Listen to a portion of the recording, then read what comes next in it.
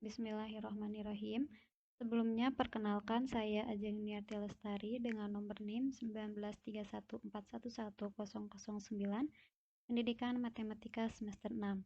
Di sini saya akan melaksanakan praktikum menggunakan aplikasi SPSS, di mana saya mempunyai satu buah soal yang berbunyi data hasil penelitian tentang skor kecemasan siswa yang menggunakan metode A dan B dapat dilihat pada tabel berikut ini. Jika diambil taraf signifikansi alfanya itu adalah 5%, ujilah bagaimana kesimpulan penelitian tersebut. Dengan skor metode A itu adalah 17, 20, 22, 13, 16, 28, 14, 10, 28, 30, 28, 15, 24, 15, dan 26. Dan untuk metode B-nya itu adalah 43, 50, 47, 24, 57, 47, 57, 42, 42, 69, 48, 59, 21, 52, 35, dan 35. Di sini saya akan menggunakan uji T2 sampel berpasangan untuk menyelesaikan soal yang ada di atas ini. Namun sebelumnya kita harus mengetahui apakah data ini normal atau tidak. Maka sebaiknya kita lakukan langkah-langkah pengujian normalitas terlebih dahulu. Di mana langkah-langkahnya itu yang pertama, merumuskan hipotesis, yaitu H0 data berasal dari populasi yang berdistribusi normal dan H1 data tidak berasal dari populasi yang berdistribusi normal. Dan untuk langkah yang kedua itu adalah signifikansi alfa. Signifikansi ujinya itu adalah alfa sama dengan 5% atau 0,05. Ini sudah diketahui di soal di atas. Dan untuk langkah yang ketiga itu adalah menentukan statistik uji normalitas dalam SPSS. Yang dilihatnya itu adalah uji Kolmogorov-Smirnov atau Safirovil. Dan langkah yang keempat itu adalah menyusun data dalam SPSS. Selanjutnya kita langsung saja untuk menyusun datanya.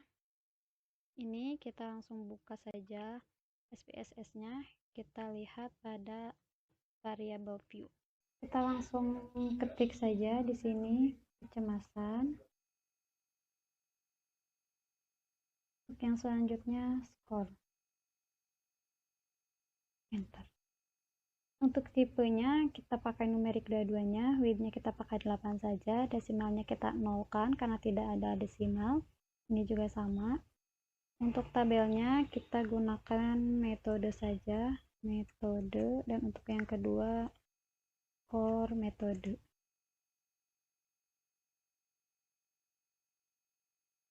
Untuk value-nya kita ada dua, karena metodenya itu ada dua, metode A dan metode B, maka value-nya kita jadikan dua. Untuk yang pertama ini metode A, langsung kita N saja. Yang kedua metode B, kita N saja. Lalu kita klik OK. Untuk yang skor, value-nya 0 saja karena tidak ada value. Missing-nya 0. Kolomnya kita pakai 8 saja. Kita pakai center dua-duanya. Untuk measure-nya ini kita pakai nominal. Dan untuk ini kita pakai scale. Dan rules-nya kita pakai metode input. Selanjutnya kita buka data view. Untuk kecemasan, karena tadi sudah diinputkan bahwa untuk satu itu adalah metode 1, maka kita tinggal klik saja 1, akan keluar metode 1. Karena metode 1 jumlahnya ada 15, kita buat 15.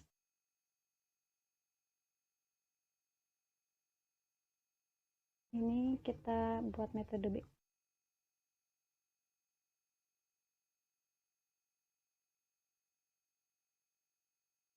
Selanjutnya tinggal kita inputkan saja skor-skor yang ada di soal.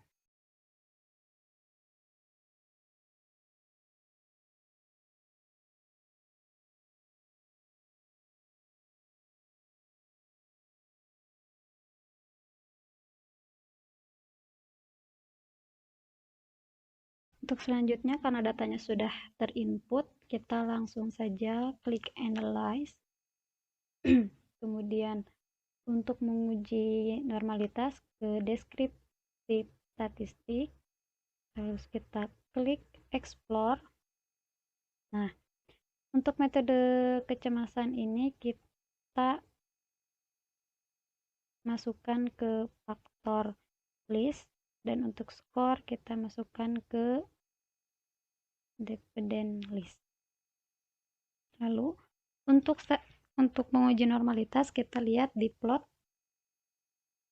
ini sudah dicentang dari sananya, dan untuk normalitas kita tinggal centang lagi ini normality plot with test, lalu kita klik continue, lalu kita klik OK.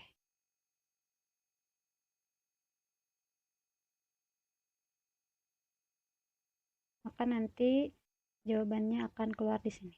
Nah, untuk mengetahui data tersebut normal atau tidak, kita lihat pada Kolmogorov-Smirnov. Di sini signifikansi dari metode A dan metode B-nya itu adalah 0,2000.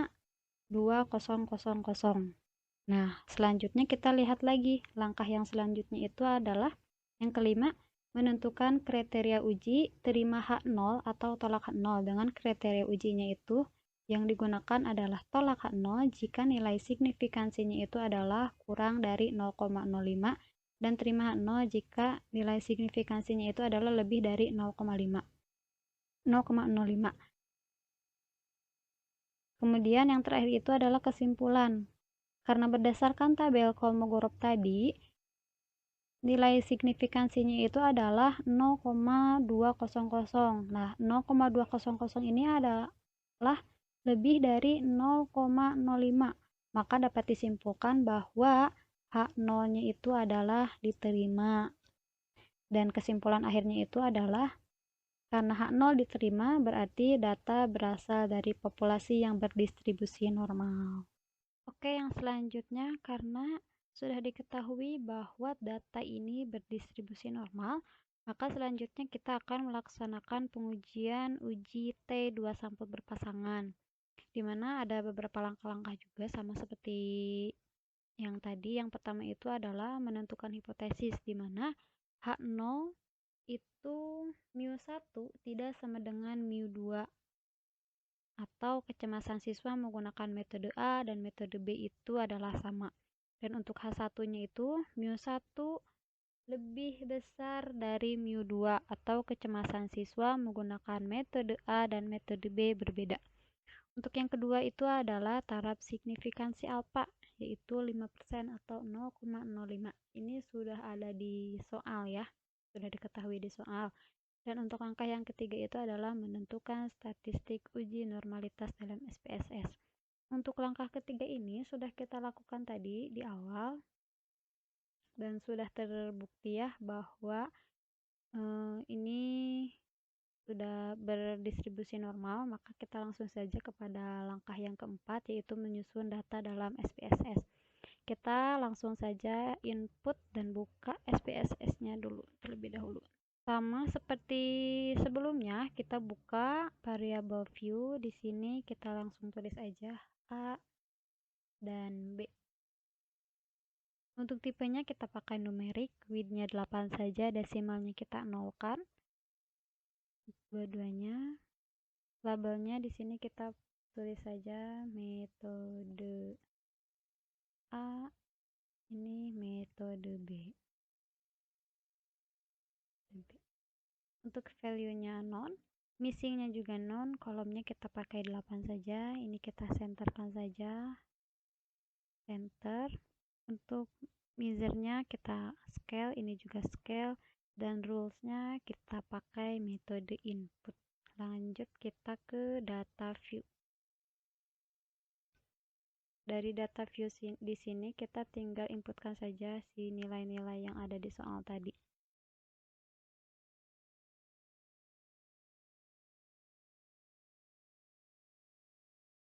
Datanya sudah terinput semua. Sekarang langsung kita klik analyze, compare mean, kita klik hierarchy simple t-test langsung. Untuk metode A kita masukkan ke variabel 1, untuk metode B kita masukkan ke variabel 2. Atau mau dibalik juga boleh, metode B ke variabel 1, metode A ke variabel juga boleh. Kita buka opsional. Di sini 95% ya, karena tadi di soalnya errornya itu adalah 5%, berarti di sini 95%. Kita klik continue lalu oke. Sudah muncul hasilnya. Kita lihat pada tabel yang ini, pada tabel Pyred Simple Test. Di sini dimana stringnya itu adalah two tail, dimana hasilnya itu adalah 0,000, yang berarti 0,000 ini kita bagi 2, yang hasilnya tetap 0. Lalu kita lihat di langkah kelima di sini, menentukan kriteria uji terima H0 atau tolak H0. Dengan kriteria uji yang digunakannya itu adalah tolak H0 jika nilai signifikannya itu kurang dari alfa atau kurang dari 0,05, dan terima H0 jika signifikannya itu adalah lebih dari 0,05. Sekarang kita ambil kesimpulan. Berdasarkan tabel Pyred Simple Test tersebut, yang nilai signifikannya itu adalah 0,000, yang sudah dibagi 2 yang hasilnya itu adalah 0, dan nilai signifikansi 0 ini adalah kurang dari 0,05, maka tolak H0. Dengan kesimpulan akhirnya itu adalah berarti salah satu yang diterima, yaitu kecemasan siswa menggunakan metode A dan metode B itu berbeda. Sekian. Mohon maaf apabila ada kesalahan. Terima kasih. Wassalamualaikum warahmatullahi wabarakatuh.